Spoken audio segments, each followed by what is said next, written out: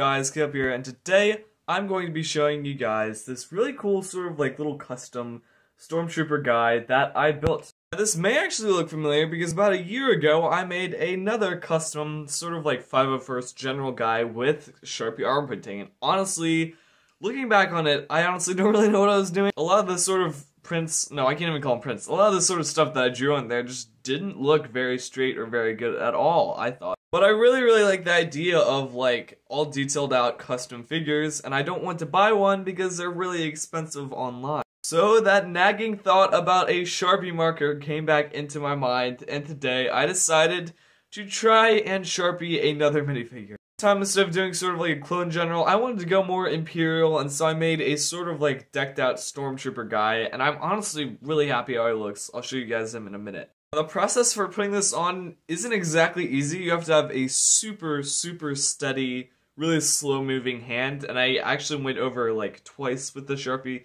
just to make sure it's on there good. If your hand quivers or you slip or make any mistakes, then the entire arm's done, but lucky for me, I have a bunch of spare arms, so it doesn't really matter anyhow. And I got a bit of people saying like, why are you doing this to your 501st Trooper last time I made one?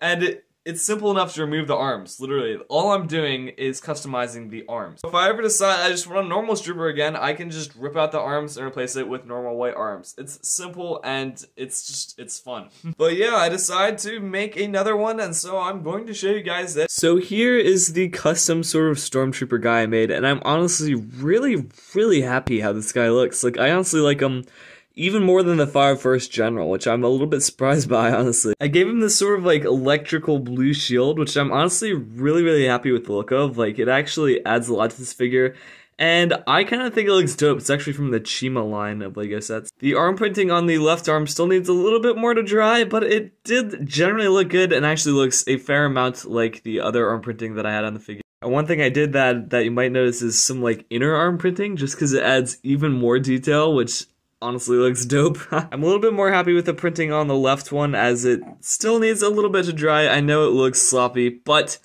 I'm happy with how it looks, okay? Now, I add these really cool sort of like shoulder pad pieces, which I honestly think add a lot to the figure. It makes him generally look a good bit sort of like bulkier and bigger and tougher, which I definitely like. Got the normal Stormtrooper head on there, and if we pop that off, we can see he's just got a smug little grin. I do really like that bearded face. He actually has the Winter Soldier's body and some really cool sort of printed legs I found, and honestly the Winter Soldier's body just looks really dope. Again, if I want to just make the Winter Soldier, I can just pop the white arms out and replace them. See, we got some nice printing on the back, and overall, I'm honestly pretty happy how this figure turned out. I like him a lot better than the other general guy I made. So please do let me know your thoughts on this custom figure in the comment section below. This is Seabrook Productions, sign off for now. Make sure to like and subscribe. If you'd like to stay up to date with my latest content, stay safe out there. Peace out.